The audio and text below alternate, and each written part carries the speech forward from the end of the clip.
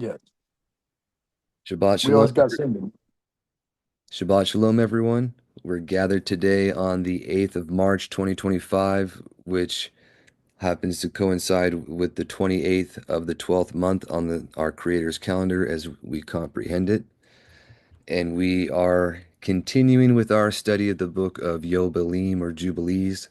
We're currently on chapter 14, where after all the chaos has ensued after the flood and the rebellion of the children of Noah after his death, and we've gone through all of that the last few weeks, the calling out of Abram has already happened from a young man, you see, and then where he was used by him at an early age, separating from idolatry, the dominion that was given to Adam was passed to Abram at that time, where he had command over the birds, and he was used to help deliver his people. Right? This is many years after that. He's left the land of Babel. He's now in the land of promise. He's gone forth to Egypt. He's come out with booty, I believe. And now he has been 10 years walking as a sojourner with our Creator. Chapter 14 here. This is after these things in the fourth year of this week, on the Chodesh or new month of the third month, the word of Yahuah came to Abram in a dream, saying, Fear not, Abram, I am your defender, and your reward will be exceeding great. And he said, Yahuah Elohim, or Yahuah Almighty, what will you give me, seeing I go hence childless, and the son of Mesech, the son of my handmaid, is the Damascus Eliezer. He will be my heir, and to me you have given no seed. And he said to him, This man will not be your heir, but one that will come out of your own bowels. He will be your heir. And he brought him forth abroad and said to him, Look toward the Shamayim and Sephir, or number the stars if you are able to number them. That word for number we have for Sephir, and it means to recount. It's also the word they use for a book. And he looked toward Shamayim and beheld the stars, and he said to him, So shall your seed be. And he believed in Yahuah, and it was counted to him for righteousness. And he said to him, I am Yahuah that brought you out of Ur of the Chaldeans, or Kasdim, to give you the land of the Canaanim, to possess it forever. And I will be Elohim unto you and to your seed after you. And if you recall, we already went over the promise that he gave beforehand, that it was to his seed and to his seed and all his children, meaning specifically one son, Yitzhak, and then from that one son, Yaakov, and then all the seed of Yaakov would be his possession. And that is what we see in the course of the writings as well. And he said, Yahuah Elohim, whereby shall I know that I shall inherit it? And he said to him, Take me an heifer of 3 years, and a goat of 3 years, and a sheep of 3 years, and a turtle dove and a pigeon. And he took all these in the middle of the month, and he dwelt at the oak of Mamre, which is near Hebron. And he built there an altar and sacrificed all these. And he poured their blood upon the altar, and divided them in the midst, and laid them over against each other. But the birds divided he not. And birds came down upon the pieces, and Abram drove them away, and did not suffer the birds to touch them. And reminiscent of what he had done as a young man as well. And it came to pass when the sun had set that an ecstasy fell upon Abram, and lo, a horror of great darkness fell upon him. And it was said to Abram, Know of a surety that your seed shall be a stranger in a land not theirs, and they shall bring them into bondage and afflict them 400 years. And the nation also to whom they will be in bondage I will judge, and after that they shall come forth thence with much substance. So the very thing that he kind of experienced himself when he went down to Egypt, he's now being told that his children will go through, but that is going to be in a larger scale. Right? And you shall go to your fathers in Shalom and be buried in a good old age. Now, the Masoretic text there is different from the Septuagint and what you read in Josephus and what's in the Dead Sea Scrolls. There's five other witnesses that mention it's and Canaan within this 400 years of affliction, starting when Yitzhak was weaned at 5 years old and he's being mocked by his brother Ishmael. 400 years exactly to the day they're being liberated, right? And that is the culmination, is that foretelling. It says, and you shall go to your fathers in Shalom and be buried in a good old age. But in the fourth generation they shall return here, for the iniquity of the Amorites is not yet full. And he awoke from his sleep, and he arose, and the sun had set, and there was a flame, and behold, a furnace was smoking, and a flame of fire passed between the pieces. And on that day Yahuah made a covenant with Abram, saying to your seed will I give this land, from the river of Egypt unto the great river, the river Euphrates. So from the river of Egypt, the Gihon they have right here, which is the border for the sons of Ham and the sons of Shem, from this river to the river Euphrates, all this land, and it goes all the way into the Caucasus there, all this land he is allotting to the seed of Abraham here. I believe at its greatest extent, when Dawid had conquered the Assyrians and subdued these other nations, they had dominion over this during the reign of Shalomo, where they also had sea voyages all over the world. And then again, I think in their largest border extent um, was during the reign of Hyrcanus and during the Maccabean period, but it was shortly lost to his children in the times where the Romans were taking over, which we will get to in the course of time. He says, the Canaanim, the Canaanites, right? The Canaanites, the Kezanites, the Cadmonites, and the Pezerites, and the Raphaim, the Pharkorites, that might be the Philistines, I don't know, but the Pharkorites are the Hivites, and the Amorites, and the Canaanites, and the Girgashites, and the Jebusites. One distinction here is you have all these different names for the Canaanites that were in the land, and then you have Canaanites mentioned separately. The reason why this is actually, it's not talked about too much by anyone that I'm aware of today, but in some of the older books that you can read about these subjects, about scripture, they say the distinction was given here because these ones that were named were the ones that stayed in the land during the curse. These other Canaanites had migrated back over. They were the Hyksos, or the shepherd kings that originally they were pasturing over on this side where there were still rains, but they would come over and invade and attack the Egyptians. And it was one of the things between the antagonisms between the Canaanites and the Egyptians here, where these were shepherd pastors and these had a different type of religion and they venerated the animals that they ate. And they became obnoxious to each other for that reason. Another reason why by the time the children of Israel or Yisrael came into the land here, they already knew to keep themselves separate because they were abominable for what they had to the Egyptians, right?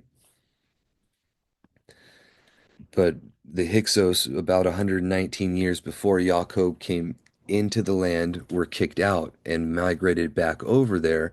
That was around the time where Abram and Lot were dwelling, and there was no more room for them. It's just for we were talking about that a little while ago. That's the context there.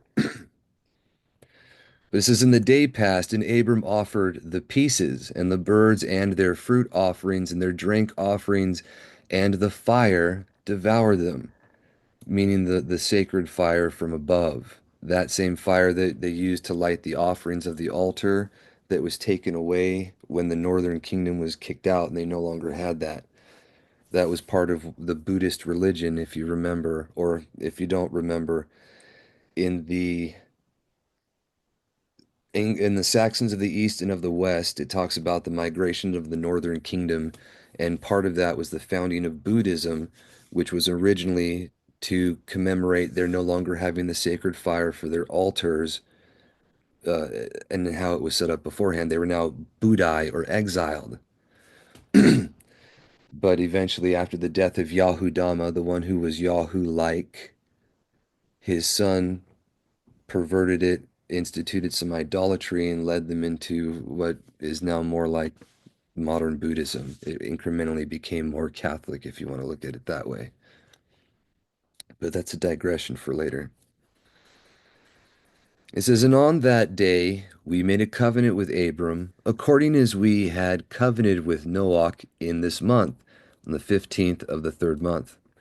And Abram renewed the festival and the ordinance for himself forever, leolam, right? For unto ages. And Abram rejoiced and made all these things known to Sarai his wife, and he believed that he would have seed, but she did not bear. And Sarai advised her husband Abram, and said to him, Go in unto Hagar, my Egyptian maid. It may be that I shall build up seed unto you by her. And remember, in Shaul's epistles, Hagar is equated to the first covenant of Mount Sinai in Arabia, under which they were currently living in parable form.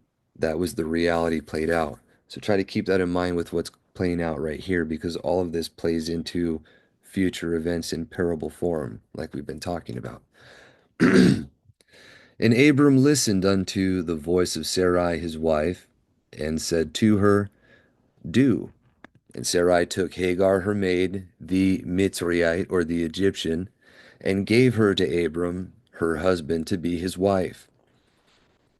And he went in unto her, and she conceived and bare him a son, and he called his name Yishmael, or Yishmael. He will hear El.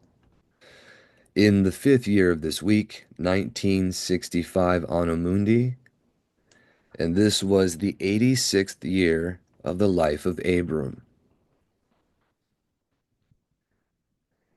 Now we're on chapter 15. I want you to keep in mind when Yahuah appears to a man that it's not the Father, because no man has seen the Father and lived. It's the intermediary, the pre-incarnate Mashiach, if you will. And these are things that are identified.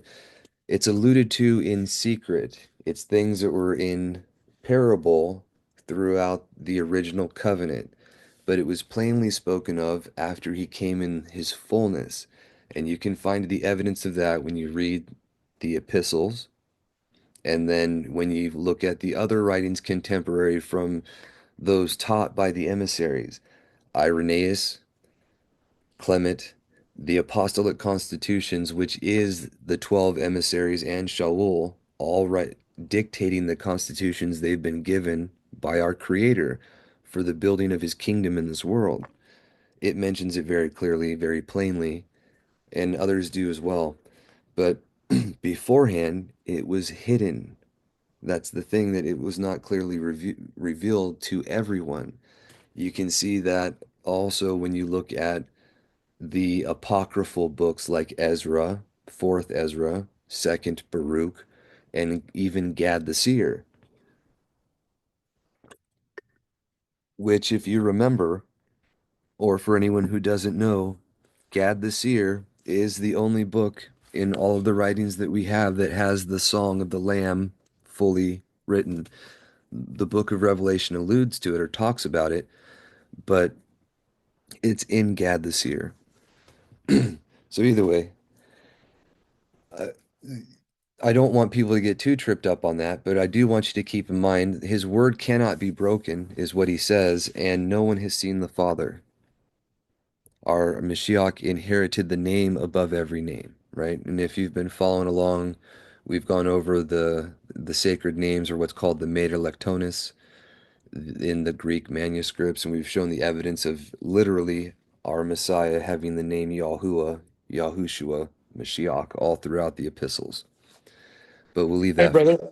Yeah. Sorry, don't mean to interrupt. I know we're recording, but could you give more description on the name of Yahuah, Yahushua, and where to find that for those who cannot? Yes. So Yahuwah, Yahushua, I'm not sure what you mean by more. Like where the Mater Lectonis? Yes. Okay. So Mater Lectonis is Latin for mother of tongues, and or that's not even the one we're supposed to be using. That's the wrong one. Those are the vowel points that predate the Hebrew. So the one we're thinking of, thank you for asking about that, is Nomnia Sacra. It's Latin for sacred names. And it's a phenomenon. You can just type that into any internet search and you'll see plenty of information pop up. If you look into it, it was a phenomenon in the early Greek manuscripts after the Hebrew language was banned. Before then, whenever they came to his name, you'd see it written in Paleo Hebrew, or what they'd call the Paleo Hebrew script. And they would not use the Greek characters because you could not pronounce his name in Greek. After Constantine's outlawing of the Hebrew, or Rome's outlawing of the Hebrew, and they're burning any manuscripts with with the paleo written on it, people that wanted to stay true to his intent of not pronouncing things incorrectly would use what they called the nomnia sacra. It was two or three letters in Greek with a line over them as placeholders for different words. I believe there was some 19 total. Eventually, it grew into that many. But the name Yahuwah, the name Yahushua, the word for Mashiach, the word for Dawid, the word for the stake or the upright pole that he was crucified on, if you want to call it that.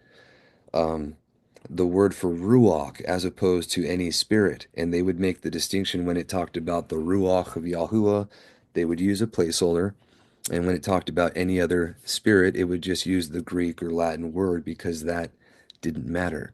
But there was a distinction between what was set apart and what was profane, if you will, or what was common. So, in the course of learning those, that's when I learned I really didn't want to mix. I don't mix his titles because those were all Nomnia Sacra.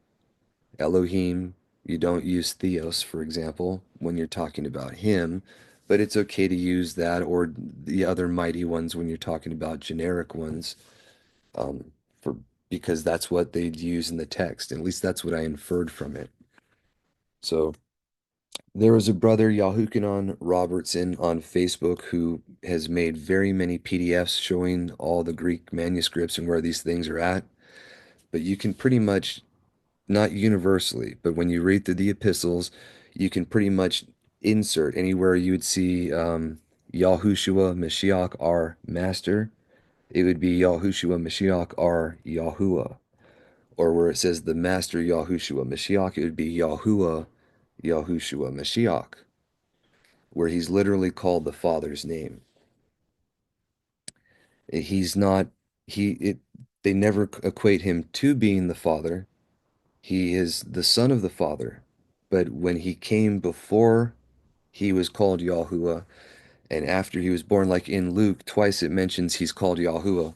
When he's born and the messengers appear to the shepherds, it says there has been born in the city of David the deliverer, Mashiach Yahuwah. And then when Miriam or they went to the grave, it says, and they did not find the body of Yahushua or Yahuwah Mashiach. So twice in the book of Luke by itself, it calls him Yahuwah Mashiach, which you find in, I believe it's Lamentations, and also there's one other mention where you see him called Yahuwah Mashiach or Mashiach Yahuwah. But either way, I'm digressing again. The whole point is to say that he inherited his father's name. He, by the will of his father, has made all things and holds it together by the word of his power. But he is not his own father. The Father is the only true Elohim, and no one is greater, just as our Mashiach said. The Father is not finite. He's not comprehended or he's not containable by anything. Yahushua is the embodiment or the containment of Elohim bodily. So there is a drastic difference there. And it for anyone that's been following along, you guys will we've gone over that before. For anyone that isn't familiar, the best resource on this is the book three, the 10 missing chapters from book three on the recognitions of Clement that is in the Syriac version. It's where Kepha or Shimon Kepha, Simon Peter, is showing his taught ones the true principality or the distinction between the Father, his Son, and the Ruach. I encourage you all to look at that one. I'll try to share it in the description here. But we'll go ahead and continue. It says, and in the 5th year of the 4th week of this Yobel, 1979 from creation, in still in the 2nd day, by the way, right? In the 3rd month, in the middle of the month, Abram celebrated the feast of the first fruits of the grain harvest. And he offered new offerings on the altar, the first fruits of the produce, unto Yahuah, a heifer and a goat and a sheep on the altar as a burnt sacrifice unto Yahuah. Their fruit offerings and their drink offerings he offered upon the altar with frankincense. And Yahuah appeared to Abram and said to him, I am Yahuah Elohim. Approve yourself before me and be you perfect. And I will make my covenant between me and you, and I will multiply you exceedingly.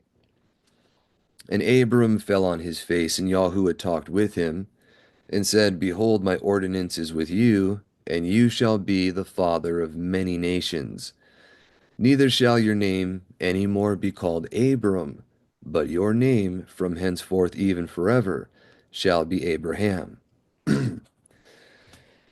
And if you remember in the parable of creation with Yobelim chapter 2, you line up the 22 works with the 22 patriarchs, as it says, which we've gone over. Abraham lines up with the letter Resh, with the cattle that are domesticated and trained, the first that is some of the last, or the last that shall be first, with the head, who's also poor, which is the letter Rosh, right? And it lines up with Abraham, who's the father of many nations, which lines up with the Reformation. Just like our forefather coming out of the idolatry of Babylon in those first times, the Reformation was coming out of Babylon. It was an echo of like what the children of Yahudah when they came out of Babel. Okay. It was another echo, but that was the culmination of the father of many nations there with the Reformation. All those people coming out of that idolatry, like our forefather, to start walking in the truth to hand down to their children and their children's children. And that was the buddings, the beginning of the Reformation there. So I just wanted you to see from beginning to end what this has represented throughout history, right? It's pretty amazing. It says, For the father of many nations have I made you, and I will make you very great, and I will make you into nations, and kings shall come forth from you.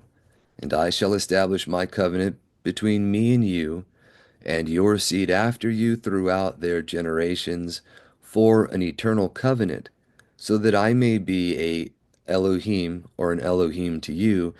For some reason, they put sovereign ruler wherever it should say Elohim here, and to your seed after you.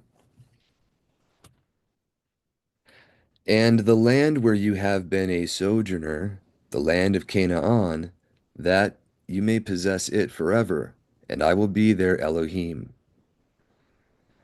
And Yahuwah said to Abraham, As for you, Do you keep my covenant, you and your seed after you, and circumcise you every male among you, and circumcise your foreskins? Notice that he's redundant here. So circumcise every male among you, and circumcise your foreskins, and it shall be a token of an eternal covenant between me and you. So this is the circumcision of the heart, and then the correspondence in the flesh. He wants you walking right first, which again you can see in the very pattern of what we're reading. He called him out, and it wasn't until he was 99 years old where all the evils had been rooted out of him, his doubts had been overcome, his fears and his not believing in all the promise, right? And not waiting, listening to the voice of his wife. All of that was rooted out before he was told be perfect and before he was circumcised in the flesh. And then after this time, you never see another fault, if you will, in his behavior. And I don't mean that in any way disrespectful. We know that anything that is not like before the Torah came, there is no sin for it. So the things that he's done here, he's never attributed to as wrong because he didn't have those instructions. He was learning as he was going and being carried on through the promises. But you see the consequences of the actions carried down generationally, right? So it's meant for our instruction. Everything here is meant for us to learn from.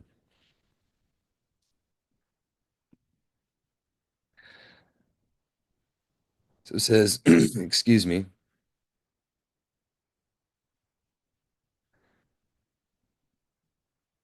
and it says, I didn't want to repeat myself here. And you shall circumcise every male among you, and circumcise your foreskins, and it shall be a token of an eternal covenant between me and you.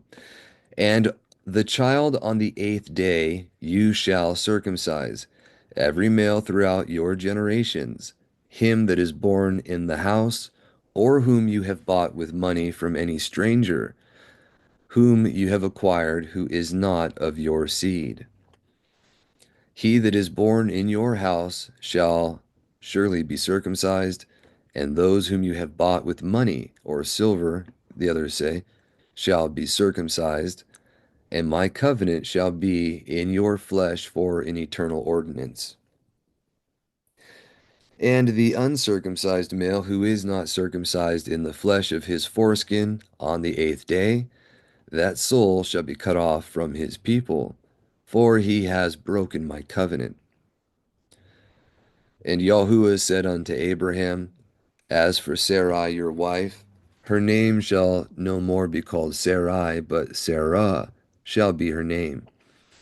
And I can't remember exactly the meaning of Sarai, but Sarah means princess. And we know that a princess is what kings come from a queen.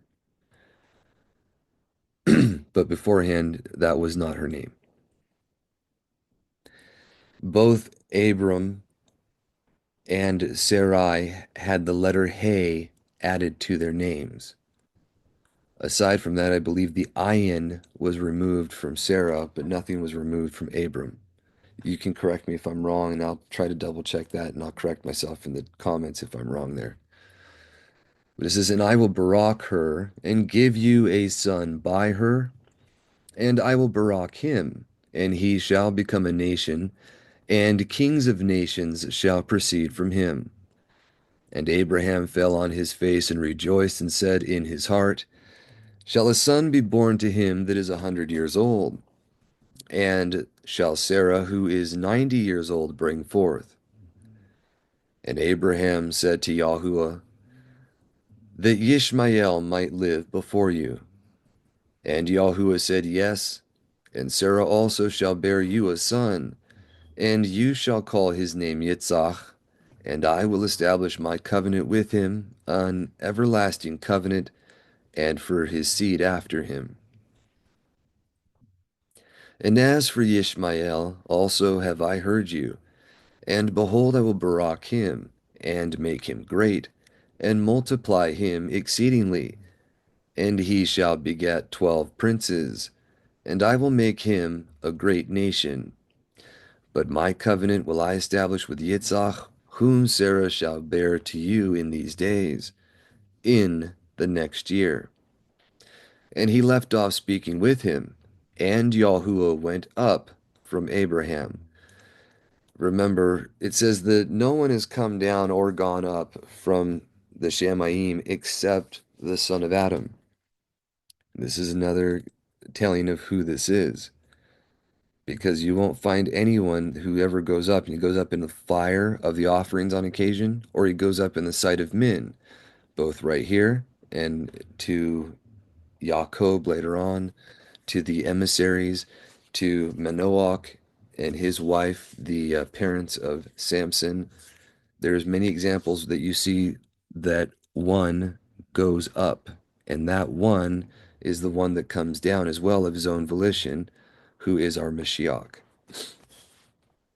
And Abraham did according as Yahuah had said to him, and he took Ishmael his son, and all that were born in his house, and whom he had bought with his money, every male in his house, and circumcised the flesh of their foreskin.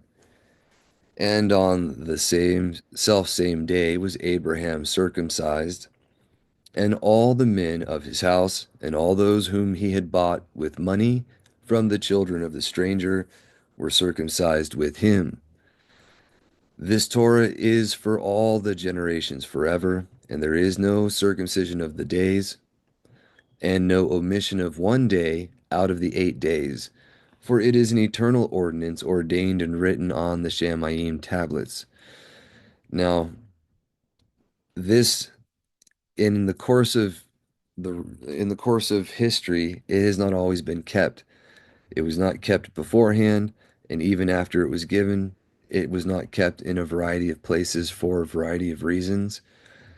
Everything that happens is a parable of future events as well. So when you had the 40 years in the wilderness where the children that weren't circumcised were brought into the land, but everyone that was cut off, there's a picture there. And we've talked about that before as well. It was foretold that physical, fleshly circumcision was abominable to him, and he's going to do away with it in the time of Ezra, in 4th Ezra, some 400 years before our Mashiach came. And then the culmination of what the circumcision was meant for, to keep them separate for the genealogies under the coming of our Mashiach, was culminated in his coming. And that's what Shaul is mentioning when he says, look, the circumcision is nothing and the uncircumcision is nothing, but obedience to Elohim is what matters. So it's the principal thing that we have to keep in mind. That's for a different time right now, but I wanted to point that out. If you want to believe what Scripture says, you take the Bible to be inspired. It directly tells you if you're circumcised, stay in it. Don't seek to be uncircumcised. And if you're not, don't seek to do so. And we'll just leave it at that. If you think that you have to make an offering of something other than your belief in his offering for you, that's something that you're going to have to reconcile, because that's not according to Scripture. It says, and everyone that is born of the flesh, of whose foreskin is not circumcised on the 8th day, and this is the important one for everyone that might be worried. The culmination of the parable here is just after the millennial reign, when Satan is released again, and then everything is judged by fire. You have the renewed Shamayim, the renewed earth, in which righteousness dwells, and there is no more pain, suffering, tears, or remembrance of these things. That is that 8th day circumcision, of which everyone of him will be circumcised. The full culmination of those. All right. Everything else is a rehearsal of these events, and we're trying to live according to what he wills us to do in these times. So it's important we keep context. You might not in your physical life have had your flesh cut, but this will be true for you, and you are most certainly, just like what Shaul is saying, if you are not circumcised but you keep the righteousness that's in the Torah, you're going to be judged with it, like Abraham the believer. What this whole thing was written for, our edification and benefit. And that's another thing I'd like to digress real quick. I don't like doing that, but there's importance here. It might seem like doom and gloom all the time, but remember, he is merciful. He is compassionate. He is love. It's his desire that no man perishes, and everything in history is to prove his righteousness and his long-suffering patience on our behalf, right? He's righteous even when we're not.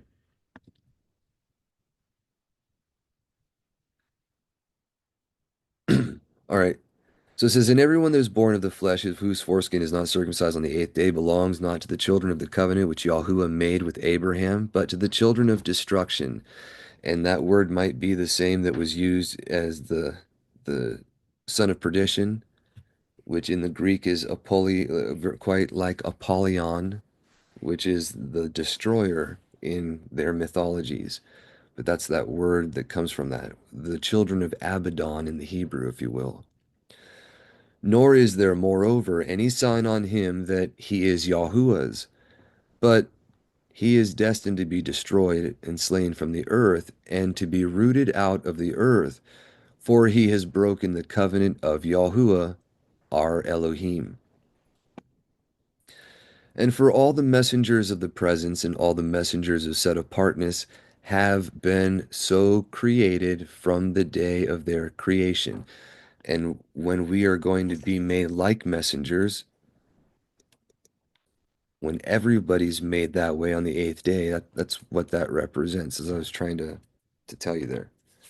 It's an allusion to those future events. And it says, they were so created from the day of their creation, and before the messengers of the presence and the messengers of set apartness, he has set apart Yisrael, that they should be with him and with his Kodesh messengers. And do you command the children of Yisrael, and let them observe the sign of this covenant for their generations as an eternal ordinance, and they will not be rooted out of the land. For the command is ordained for a covenant, that they should observe it forever among or unto ages among all the children of Israel. For Ishmael and his sons and his brothers and Esau, Yahuwah did not cause to approach him, and he chose them not because they are the children of Abraham, because he knew them. Just like it says that Yahushua knew the minds of all men, and he didn't have to have anyone speak to try to approve someone for him, because he knew the minds of them all, right? But he chose Yisrael to be his people. And he set apart it and gathered it from amongst all the children of men. For there are many nations and many peoples, and all are his. And over all has he placed spirits in authority to lead them astray from him. These are the messengers, the Melachim, that have authority over the 70 nations after the Tower of Babel. They each have been appointed, and they, whether or not they're working in collusion to lead them astray, it's according to the will of the people. They get the king or the ruler that they deserve, if you remember. So you want to point the blame at anybody, you got to point it at the plank in your eye. And I say that to myself too. It says, but over Yisrael, he did not appoint any messenger or ruach, for he alone is their ruler, and he will preserve them and require them at the hand of his messengers and his ruachot, or spirits, and at the hand of all his powers, in order that he may preserve them and barak them, and that they may be his, and he may be theirs from thenceforth forever. Now, another picture of the hand in the glove that we have here is in how that works, where the Father has given all of this, he looks over all of his creation, but he's put his Son in charge of that while he's going after his people, right? He strives for this, saving his lost ones. And in that same capacity, Yahushua, as being the one who all things were made through and held together by the word of his power, he, being over the people, has set the one who is like El over the righteous remnant of his people, he's gone after the lost sheep, which is what you can see alluded to in the book of Daniel and talked about in the shepherd of Hermas in the parable of the willow tree there. But Mikael, or the one who is like El, like our Mashiach, being put in that place is like the hand in the glove, or as he sees, so he does. The same thing with being sent as an Elohim to the people, so he sends Moshe as an Elohim to Pharaoh, right? As he sees, so he does. But we'll go ahead and continue. And now I announce unto you that the children of Israel will not keep them,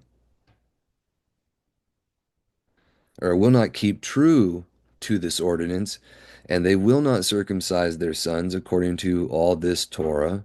For in the flesh of their circumcision they will omit this circumcision of their sons, and all of them, sons of Belial, will leave their sons uncircumcised as they were born. And there will be great wrath from Yahuah against the children of Israel, because they have forsaken his covenant and turned aside from his word, and provoked and blasphemed, inasmuch as they do not observe the ordinance of this Torah. For they have treated their members like the Gentiles, so that they may be removed and rooted out of the land. And that's the key. They're not in the land. And they will be no, and there will no more be pardoned or forgiveness unto them, so that there should be forgiveness and pardon for all the sins of this eternal error. I do want to remind you, and this is a peculiar subject. I don't tell anyone what to do. I try to show you what's written in regard to everything. This is what Shaul was trying to talk about. You see him mention that not even Titus was compelled to be circumcised when he went before the emissaries with Shaul on his second encounter, I believe. Then you also have where he takes another whom he wants with him, he circumcises him. But the difference there is that he wanted that particular person to be everywhere that he himself was going to preach and go, including to the Hikkel or temple area. And while they knew that he was a half Greek, he wanted to make sure that it was lawful because you could not enter there as someone who was uncircumcised. While the temple still stood, that law was still valid for that reason, and he was making sure that he was lawfully able to do things with him. It was not for salvation. That was a key thing.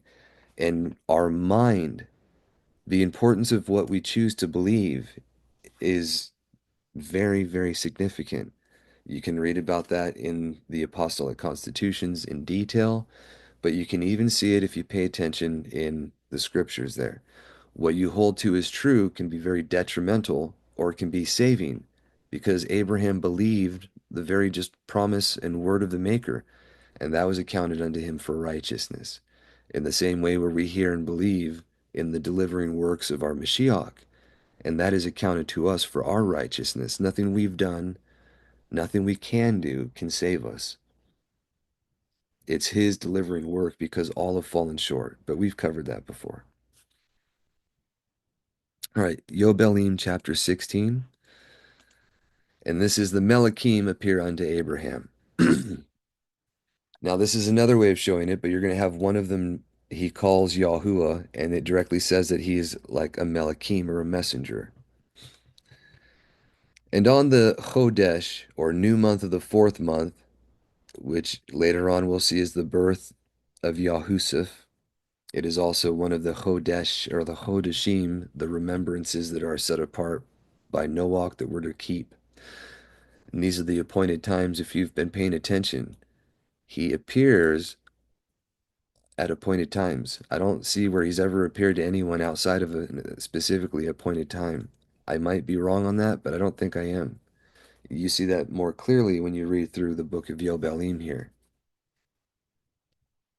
It says, and on the new month of the fourth month we appeared unto Abraham at the oak of Mamre, and we talked with him, and we announced to him that a son would be given to him by Sarah, his wife. And Sarah laughed, For she heard that we had spoken these words with Abram or Abraham, and we admonished her, and she became afraid and denied that she had laughed on account of the words. And we told her the name of her son, as his name is ordained and written in the Shemaim tablets, Yitzhak. And that means hilarious laughter, and it also means like mocking derision, which you can see that joyous laughter is in the birth and the fulfillment of the promises being culminated, which we'll see in the course of reading here. But the mocking and derision happens by others to the promised seed, and also, or more particularly in history, when the promised seed is contrary to the will of our Maker, and it's no longer a joy but derision. And that is something that you can follow along with the sons of Yitzhak or the Sakasuni, the Saxons in history. When they were walking obediently, they were exalted, and when they turned from that, they became a mocking derision in that very same way. And it says, in that when we returned to her at a set time, she would have conceived a son. And in this month, Yahuah executed his judgments on Sodom and Gomorrah and Zeboim and all the region of the Yarden. And he burned them with fire and brimstone and destroyed them unto this day, even as I have declared unto you all their works, that they are wicked and sinners exceedingly, and that they defile themselves and commit fornication in their flesh, and work uncleanness on the earth.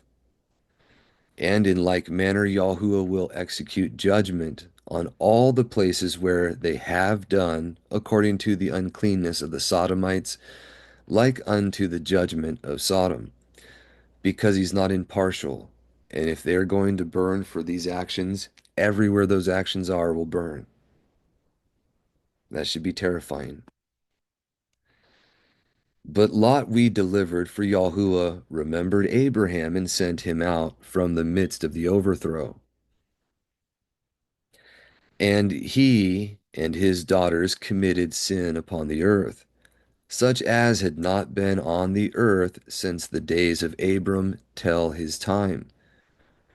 For the man lay with his daughters, and behold, it was commanded and engraved concerning all his seed on the Shemaim tablets, to remove them and root them out, and to execute judgment upon them like the judgment of Sodom, and to leave no seed of the man on the earth on the day of condemnation. Now, these Sodomites and these practices came about because of the paganism. Remember, Canaan took the allotted land that was given to the sons of Shem, and because they promised and made an oath and then broke that oath, the Ruach of our Creator left them, and they were given over to Mastamanim, if you will, or the Satan and his evil spirits to do with what he will.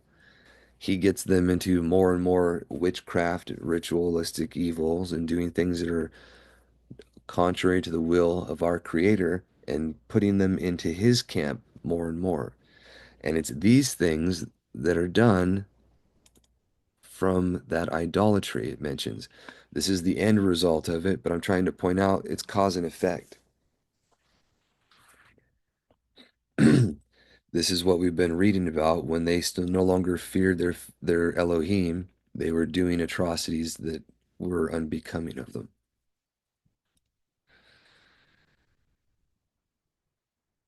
All right, and we read this one. It says, and behold, it was commanded and engraved concerning all his seed, the Moabites and the Ammonites, right? On the heavenly tablets of the Shemaim tablets, to remove them and root them out, and to execute judgment upon them like the judgment of Sodom, and to leave no seed of the man on the earth on the day of condemnation.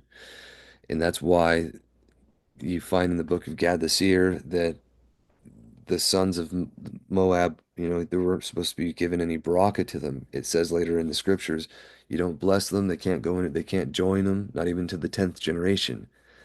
because it was an unlawful union. But even in that situation with people that were barred from ever being in that covenant, you have examples of the mercy of Yahuah for men who willingly choose not to do evil, and how they can still be benefited by him. So while they might not have been in his covenant in this life, they most certainly, anyone who will have that kind of disposition, will have a reward in the afterlife for it. This is, and in this month, Abraham moved from Hebron and departed.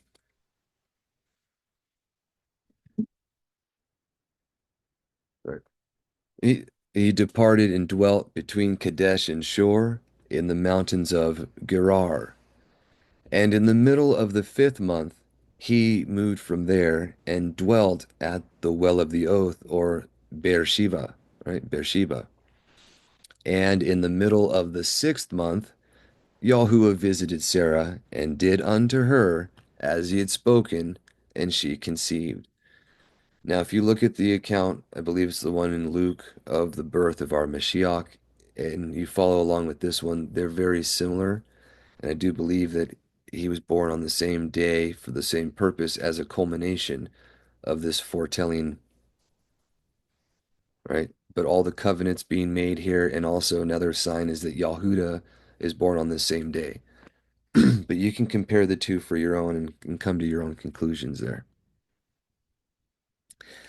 This is, and she bare a son in the 3rd month, and in the middle of the month, the 15th, at the time of which Yahuwah had spoken to Abraham, on the festival of the first fruits of the harvest, Yitzhak was born, or what we call Shavuot. And Abraham circumcised his son on the 8th day. He was the first that was circumcised according to the covenant which is ordained forever.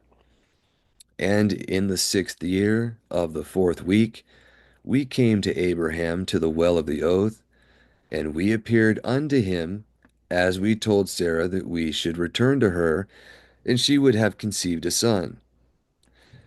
And we returned in the 7th month, and found Sarah with child before us, and we baruch him, and we announced to him all the things which had been decreed concerning him, that he should not die till he should begat 6 sons more, and should see them before he died, but that in Yitzhak should his name and seed be called, and that all the seed of his sons should be Goyim, or Gentiles, and be reckoned with the Gentiles. But, and this is important here, all the seed of his sons should be reckoned as the Goyim. The reason why this is significant is because it still carries over even into Revelation, where you have the foretelling of the Yahudim being cast out of the land and then their return to the land according to the fullness of the Gentiles there. But who was ruling in there in that land while they were gone was the Arabs, the Gentiles that were of the seed of Ishmael and Keturah, that were considered the Goyim right here. So this is the first definition of that, and then you can even see it carried over all the way to the last book of Scripture. And if anyone isn't familiar with what I'm talking about, I highly encourage everyone to look at the Antichrist for Dummies. It's a video series on YouTube from a channel called ChristmasIsAlie.com. I'll put that in the description as well. But they cover the book of Revelation. They show the proper translation where there's some ambiguity and how it's to be interpreted by the signs in the sky and the corresponding events that have happened throughout history. But we'll go ahead and continue here. And it says, and that all the seed of his son should be Gentiles, or Goyim, and be reckoned with the Goyim. But from the sons of Yitzhak, one should become a Kodesh seed, and should not be reckoned among the Gentiles. For he should become the portion of the Most High, and all his seed had fallen into the possession of Yahuwah, that it should be unto Yahuwah a people for his possession above all nations, and that it should become a kingdom and Kohanim and a set apart nation. And we went our way, and we announced to Sarah all that we had told him, and they both rejoiced with exceeding great joy. And he built there an altar to Yahuah, who had delivered him, and who was making him rejoice in the land of his sojourning. And he celebrated a festival of joy in this month 7 days, near the altar which he had built at Beersheba. And he built booths for himself and for his servants on this festival. And he was the first to celebrate the Feast of Tabernacles on the earth. So here's the second instance of a man instituting a festival, the first to do it in history, that is now perpetually enjoined upon his children and all the righteous for all time. It's not the first time because Noah did that with the four remembrance days, and I dare say it wasn't the last time because you have examples of this even carried on through history where there's remembrances established by his children that are said to be enjoined to be kept for their seed perpetually. And you might call it Hanukkah, you might call it Purim, sorry.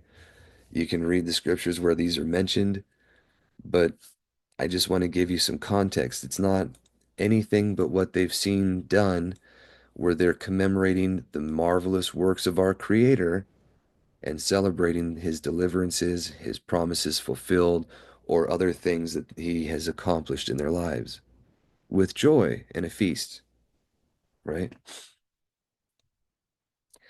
And during these 7 days, he brought each day to the altar a burnt offering to Yahuah, 2 oxen, 2 rams, 7 sheep, 1 he goat for a sin offering, that he might atone thereby for himself and for his seed.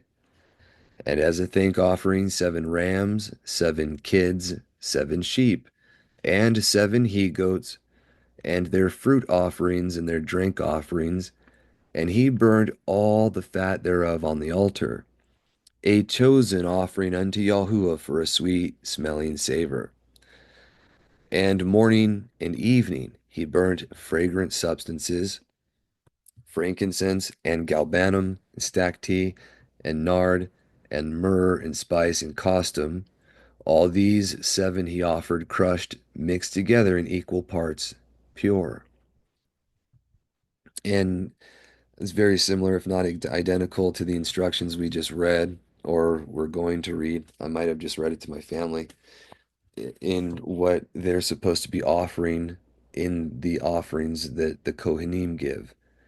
And they are enjoined specifically that they do not make this for themselves to use, period. You don't get any of these in this mixture to make for your own uses. It is set apart and pure for his purposes. You might use this stuff for whatever you want and however measures you want otherwise, but I would suggest, don't do this for your own benefit, right? And he celebrated this feast during 7 days, rejoicing with all his heart and with all his soul, he and all those who were in his house. And there was no stranger with him, nor any that were uncircumcised. And he Barak his creator, who had created him in his generation. For he had created him according to his Tov pleasure, for he knew and perceived that from him would arise the plant of righteousness for the eternal generations. And we've talked about that before, so when we look it up again, we'll go into more detail, but here's another allusion to the plant of righteousness. It's also alluded to in, I believe, fourth Ezra. We're talking about how you're a planting and he brought them out and planted them in the land. It's alluded to in parables as a cedar tree or a planting in different ways from Ezekiel or Yeshayahu, Yehezkiel, and Isaiah, respectively. But either way, it says, and for him a Kodesh seed, so that it should become like him who made all things. The whole point, to conform to his likeness and image. And he Baruch and rejoiced, and he called the name of the festival of Yahuah, a joy acceptable to the Most High Yahuah. And he Baruch him forever, and all his seed after him throughout all the generations of the earth, because he celebrated this festival in its season, according to the testimony of the Shamayim tablets. For this reason it is ordained on the Shamayim tablets concerning Yisrael, that they shall celebrate the Feast of Tabernacles 7 days with joy in the seventh month, acceptable before Yahuah, a statute forever throughout their generations every year.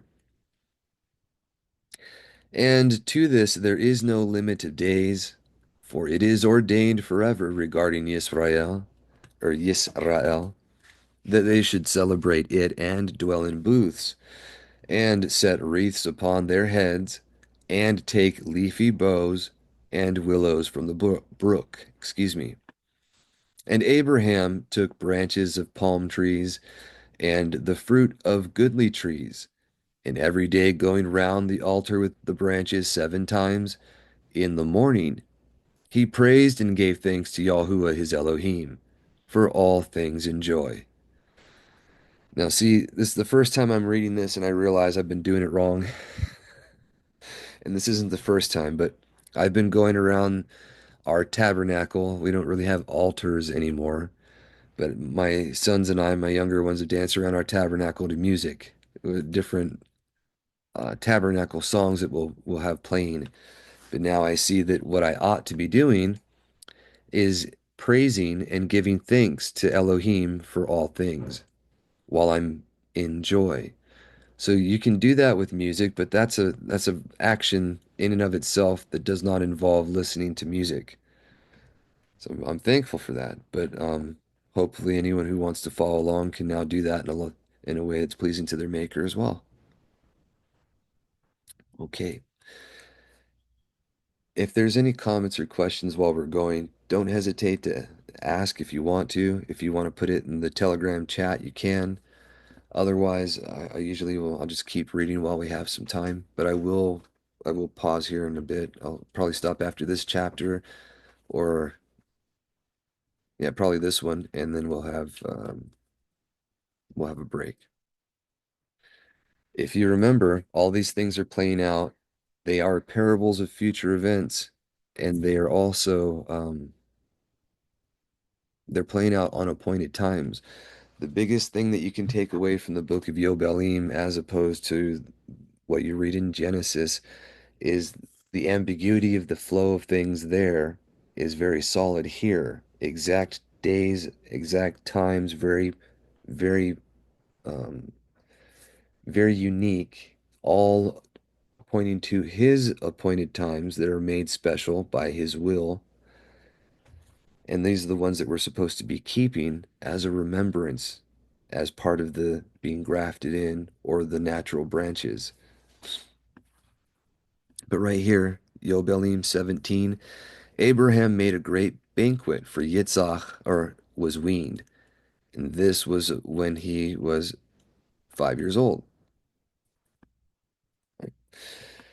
And in the first year of the fifth week, Yitzhak was weaned in this Yobel, 1982 Anno Mundi, or from creation. And Abraham made a great banquet in the third month, on the day his son Yitzhak was weaned. And Ishmael, the son of Hagar, the Egyptian, was before the face of Abraham, his father, in his place. And Abraham rejoiced in Barak Yahuah, because he had seen his sons and had not died childless.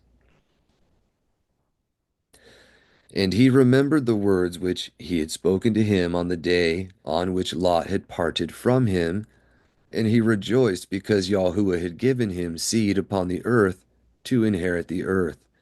And he Baruch with all his mouth the creator of all things.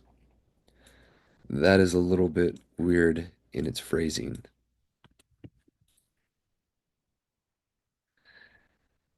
And Sarah saw Ishmael playing and dancing, and Abraham rejoicing with great joy. Now, this one doesn't imply that he did anything wrong. In the Bereshit or in Genesis, you see that he was mocking him. And that word for mocking is the same root as Yitzhak's name. But it says, and Sarah saw Ishmael playing and dancing, and Abraham rejoicing with great joy. And she became jealous of Ishmael and said to Abraham, cast out this bondwoman and her son, for the son of this bondwoman will not be heir with my son Yitzhak. And this thing was grievous in Abraham's sight, because of his maidservant and because of his son, that he should drive them from him. And Yahuah said to Abraham, let it not be grievous in your sight because of the child and because of the bondwoman. In all that Sarah has said to you, listen to her words and do them. For in Yitzhak shall your name and seed be called. But as for the son of this bondwoman, I will make him a great nation because he is of your seed. And we didn't mention this because it's not mentioned here, but you see it in the other account. Ishmael being a type of the original covenant believers, a wild donkey man with his hand against every man and every man's hand against him. This was alluded to in the original covenant in how they behaved as a stubborn donkey without bit and bridle. They wouldn't come near the truth. I'm not trying to be disrespectful. I'm just trying to show you what the scriptures allude to in these capacities so that you can see it. But Ishmael here was 13 when he was circumcised, like the 13 tribes. And he has 12 sons, like the 12 princes or 12 nations that came out of Jacob. So it's a type and picture that you can see that echoed out in its own way. And you can follow along with that being a literal parable of the believers of that time. That plays into even today when you think about Edom and Ishmael and what it has become in light of things going on. I'll remind you, for anyone not familiar, the rise of Mohammedanism coincides with the rise of Catholicism, and they both go together here. It says, and Abraham rose up early in the morning and took bread and a bottle of water and placed them on the shoulders of Hagar and the child and sent her away. And she departed and wandered in the wilderness of Beersheba, or the wilderness of the well of the oath. And the water in the bottle was spent, and the child thirsted and was not able to go on and fell down. And his mother took him and cast him under an olive tree and went and sat her down over against him at the distance of a bow shot. For she said, let me not see the death of my child. And as she sat, she wept. And a melech or messenger of Yahuah, one of the Kadosh ones, said to her, why weep you, Hagar? Arise, take the child, and hold him in your hand. For Yahuah has heard your voice and has seen the child. Now, notice he says, and a messenger of Yahuah, one of the Kadosh ones. It doesn't say he did it. In other times, it says that we went to and spoke and we did this, or the word of Yahuah came to him through me. And that's the one speaking to Moshe on the mount right here, which I was trying to say is one of the quote unquote messengers of the presence, but it is our Mashiach. Just like you see the three messengers appear to Abram, and one of them was called Yahuah, right?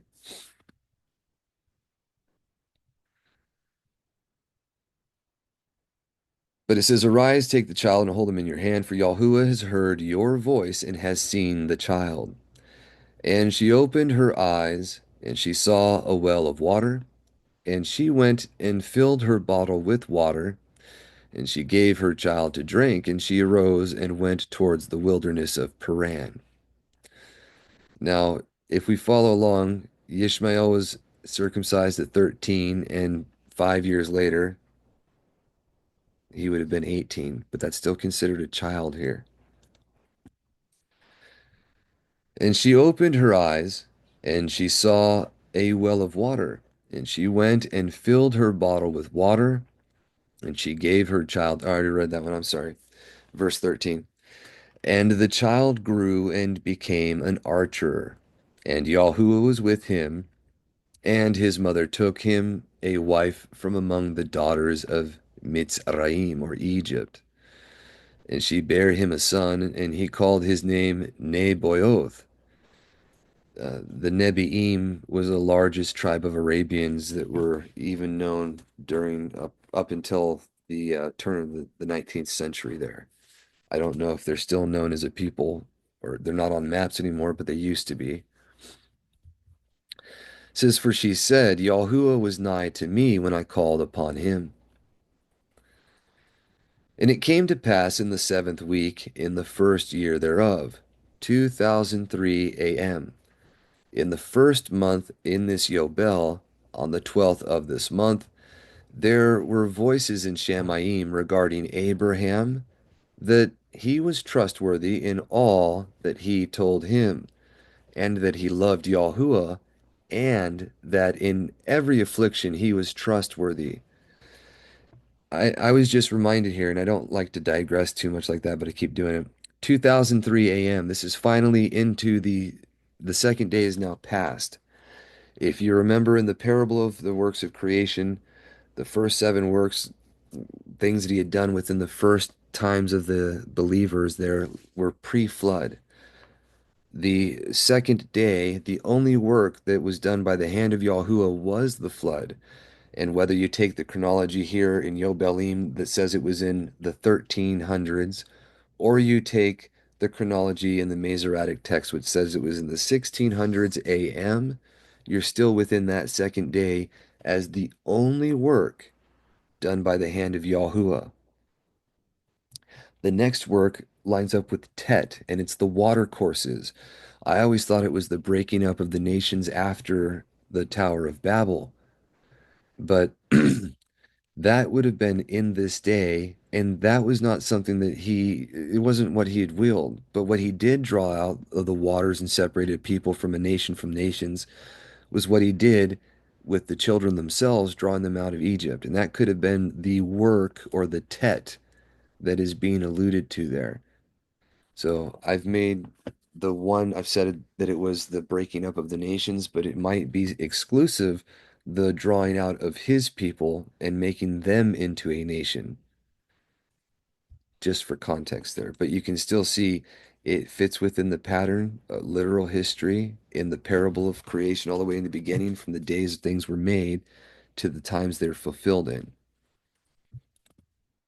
But here we go. It says, and it came to pass in the 7th week, in the 1st year thereof, 2003 a.m., in the 1st month of this Yobel, on the 12th of this month, there were voices in Shamayim regarding Abraham, that he was trustworthy in all that he told him, all that our Creator told him, and that he loved Yahuah, and that in every affliction he was trustworthy. Now we see that the devil, the Satan, right, the accuser of the brethren, Mastema, the reviler and hater, he's the one that causes problems. Okay. And it says, and Prince Mastema, or the Prince Mastema, came and said before Yahuah, just like you read in the book of Job, right? Behold, Abraham loves Yitzhak his son, and he delights in him above all things else. Bid him offer him as a burnt offering on the altar, and you will see if he will do this command. And you will know if he is trustworthy in everything wherein you do try him. Now, we've already covered where the first offering of someone was done and by Kronos or Ham, one of his children after the death of Noah, which perpetuated the pagan sacrificing of men that became such an abomination through the ages. But this was antagonized after that fact. And he's saying, well, prove it. Make him do this thing and see if he'll be trustworthy. Now, Abraham was a believer, and he believed that Yitzhak would be that promised seed that was fulfilled. So when he was told to offer him, he had no doubt in his mind that he would be resurrected if that was the case, because he believed the promises. And that's part of the renewed covenant theme that is quite often missed in these original covenant times. And it says, And Yahuah knew that Abraham was trustworthy in all his afflictions, for he had tried him through his country and with famine, and had tried him with the wealth of kings, and had tried him again through his wife, when she was torn from him, and with circumcision, and had tried him through Ishmael and Hagar, his maidservant, when he sent them away. And in none of these things do you see Abraham complain. You don't see him grumble. You don't see him cursing. You don't see him doing anything negative.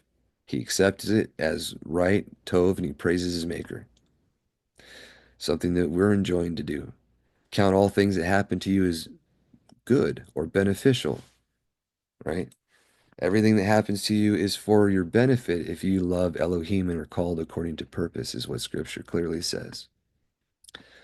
And it says, And in everything wherein he had tried him, he was found trustworthy, and his inner being was not impatient, and he was not slow to act, for he was trustworthy and a lover of Yahuah. And when you love him, you do what he says, right? All right, just one moment.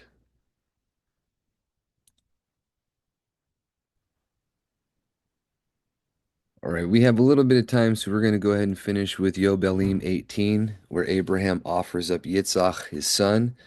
And while I don't believe it's mentioned here specifically what age he is, and it's not mentioned in the Bible, or what we call the Bible, when you look at Josephus, it mentions that he was about 25 years old. And that seems to line up with the timeline here, what you can count at. He's at least after 20. So that gives you a little more context for him being a young man or a child, if you will. And for these writings, remember, Abraham, he was of the first of the ones living under 200. Before that time, they were often over 60 before they had children. It was common, and you were really considered a child for a long time. That's changed in our days, obviously, but that's for a different time. It says, And Yahuah said to Abraham, or to him, Abraham, Abraham. And he said, Behold, here I am. And he said, Take your beloved son, whom you love, even Yitzhak, and go unto the high country, and offer him on one of the mountains which I will point out unto you. And he rose early in the morning and saddled his donkey, and took his two young men with him, and Yitzhak his son, and clave the wood of the burnt offering. And he went to the place on the third day, and he saw the place afar off.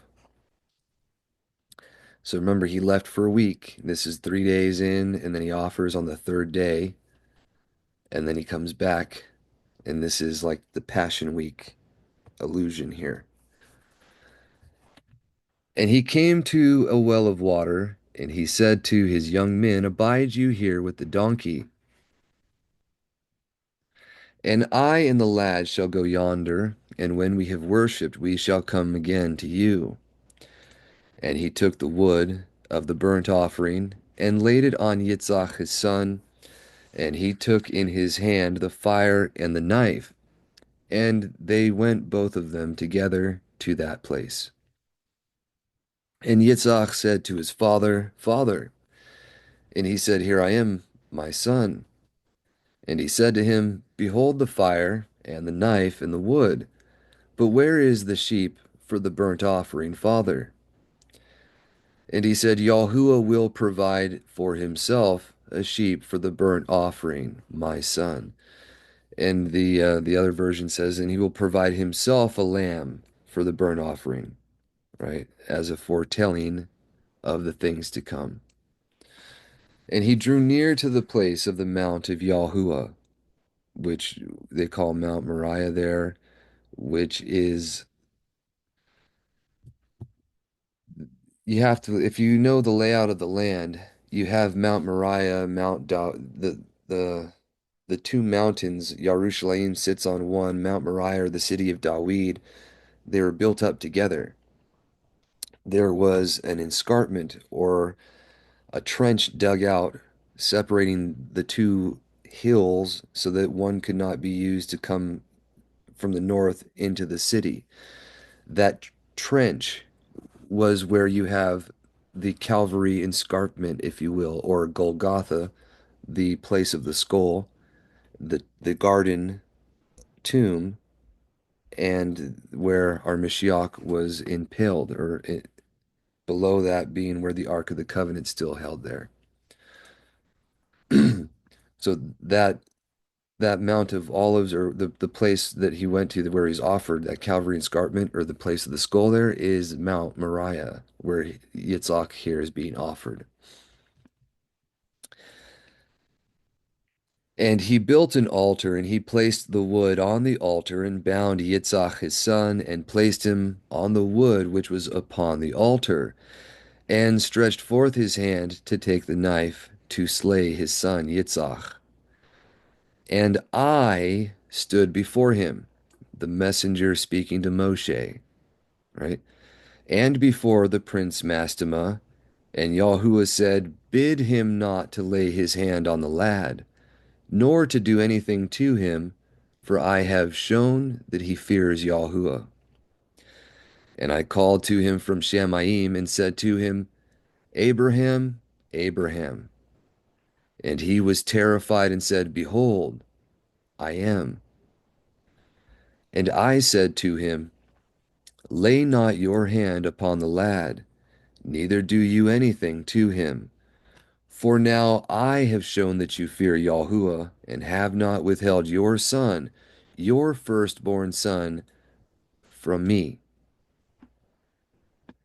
And the prince Mastema was put to shame, and Abraham lifted up his eyes and looked, and behold, a ram caught. Does this for a living, so Sorry about. Oh, yeah, being you. No. I have something to say. Richard, hold. Hold, oh, brother. Just one moment. Terribly sorry about that. Sometimes the internet's spotty and I got kicked and put back on, but we'll go ahead and finish here. I just wanted to point out this was like a reminiscent of the Passion Week of our Mashiach, what he walked out. They came to it he was offered on the third day. The ram found that was the lamb of Yahuah that was made for the mount, all foretelling these things. But it being caught by the horns was like the crown of thorns on his head. And you see another allusion to that with the reeds, or the things caught around the head of Yonah when he was in the belly of the beast. But here we go. It says, And Abraham went and took the ram and offered it for a burnt offering on or in the stead of his son. And Abraham called the place, or that place, Yahuah has seen, or Yahuah Yara, I believe. Or, yeah. And it says, So that it is said, Yahuah has seen, that is Mount Zion. And Yahuah called Abraham by his name a second time from Shamayim, as he caused us to appear to speak to him in the name of Yahuah. Again, the one that just said he was speaking to him, that called on him to speak in the name of Yahuah, where he says, My messenger, whose my name will be in him, and he will not forgive your iniquities. It's the same one who was what we call our pre-incarnate Mashiach. It says, And he said, By myself have I sworn, said Yahuah, because you have done this thing and have not withheld your son, your beloved son, from me, your Yachid Ben, right? From me, in that baraking I will barak you, And in multiplying, I will multiply your seed as the stars of Shamayim, and as the sand which is on the seashore. And we've talked about the illusions in parable, the stars of Shamayim like the lights of the world, running the course set before them, that knows him who names them, right? And then the sand of the sea is the border between the dry land and the waters, right? The borderlands on which men dry out, it talks about, but it's the ones that make distinction. Which we also get that description in Fourth Ezra. Yes, in Fourth Where- Ezra, the Apostolic Yes. Constitutions, you find these things, they're really talked about all over. And what you have is you'll have one or two places where the parable is given the interpretation. And then everywhere else throughout the entirety of Scripture, it has that illusion or that meaning in a parable form. You can find how that's fitting. So it's amazing stuff. But these ones are some of the easier ones to see because they give you the meaning of the interpretations within the renewed covenant writings. So people are more familiar with them. It says, in your seed shall inherit the cities of its enemies, and in your seed shall all nations of the earth be Baruch, because you have obeyed my voice, and I have shown to all that you are trustworthy unto me in all that I have said unto you. If only we could be as trustworthy as our forefather. Go in shalom. And Abraham went to his young men, and they arose and went together to Beersheba, and Abraham, 20:10 a.m., dwelt by the well of the oath, and he celebrated this festival every year, 7 days with joy. Yitzhak's birthday, or sorry, not that would be the 15th of the third month was Yitzhak's birthday. But this one's celebrating the fact that his son was born and the promised seed, the promises given by our Maker were fulfilled. Okay? And he called it the festival of Yahuah according to the 7 days during which he went and returned in Shalom. And this is the first institution of the Passover before it was Passover, right? And accordingly, this is what I was mentioning also, that these instructions were given, these festivals were kept, but they were not kept in the same ways by his people all the time. He's instituted different ways that they're observed at different times for his purposes, as he wills, as the one who has authority to do those things. And that's what it means by, look, the circumcision is nothing, uncircumcision is nothing, but obeying the word, obeying the voice of Yahuah is what matters. So if we can hear his voice and you can prove it with two or more witnesses, like a simple childlike belief, that's what he's looking for, right? That's the law we have to stand on. It says, and he called it the festival of Yahuah according to the 7 days during which he went and returned in Shalom. And accordingly has it been ordained and written on the Shamayim tablets regarding Yisrael and its seed, that they should observe this festival 7 days with the joy of festival and all that entails. Now, during the times where they were being delivered as Mitzrayim, they were having to eat it in haste with bitter herbs and had different institutions that's nowhere written here, but it's all alluding to the same works and things in different forms, and also to help us, because at the time here, Abraham completely obedient, and his children in those times not so much, right? But thank you all for your time. We'll continue with what we're reading here. Is there any comments or questions about everything we covered beforehand, or we can do it after?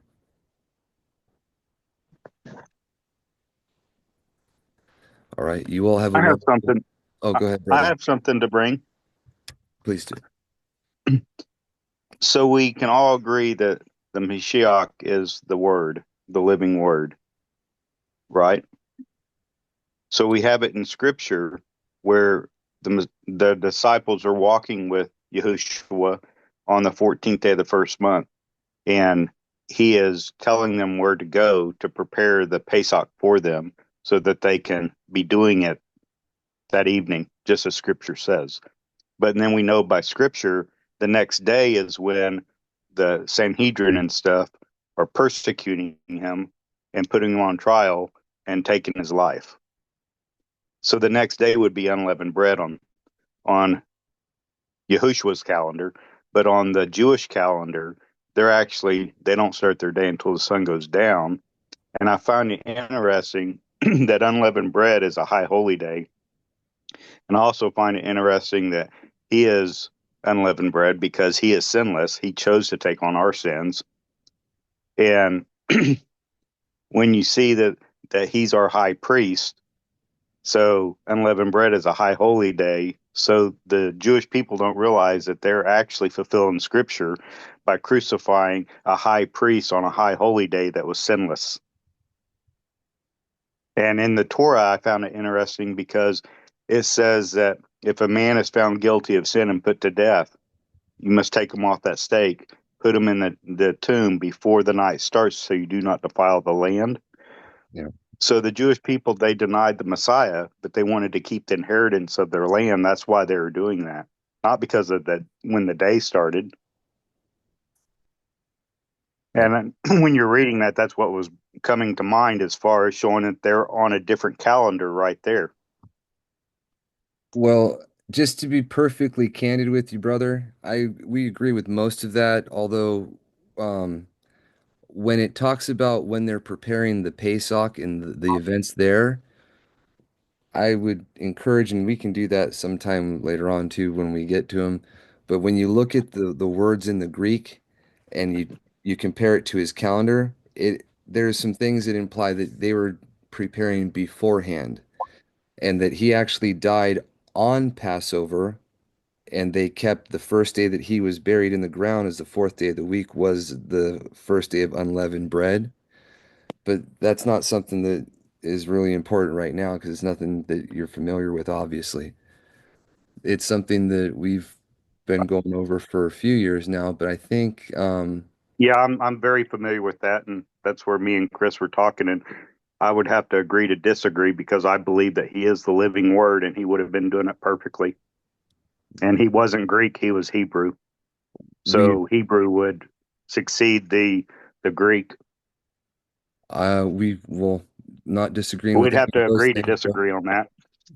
that's perfectly fine, brother. I was going to say I don't disagree with anything you were saying there. The only issue we have, well, this is another thing you can consider to prayerfully look into this maybe, but it was mentioned by Irenaeus and others that Moshe foretold everything that would happen with him with the very appointed times that he established, and that he is our Pesach is right in the renewed covenant and mentioned elsewhere in those times too. But um, either way you look at it, these things were are rather fitting, and I don't want to be discouraging towards anything that you were trying to share there, brother. No, I would agree with you on that. Okay. So I think this is a very, it's a good topic to speak about.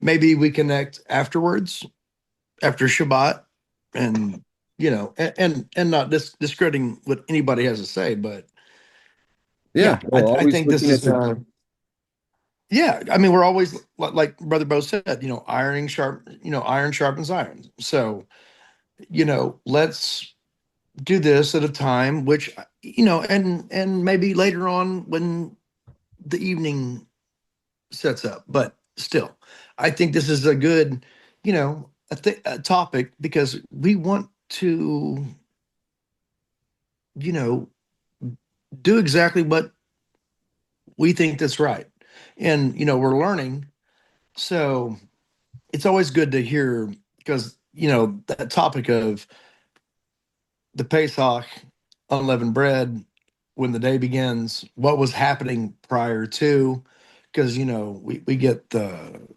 Messiah telling them, go find the man, and then get a lamb, do everything. So I think this would be a good conversation. Just I know definitely we're something that we're we getting definitely something we're that we should all go over if we get the opportunity. I mean, we could do it together sometime during the weeks as we're getting closer to Shabbat, or sorry, Passover. It's definitely worthwhile to rehash that stuff. We Yeah. can just we can get together and figure out when to do that, huh? If that's all right with Perfect. everybody. No, that's perfect. I think we should have some, outside studies, but otherwise, All right, well, just let me know. And in the meantime, anyone else that might have an opinion on the matter, have scripture to share on the topic, or comments or questions, please don't hesitate to share. And other than that, you have a great Shavua Tov week ahead. Have a good Sabbath, and we will talk to you next time. Shalom.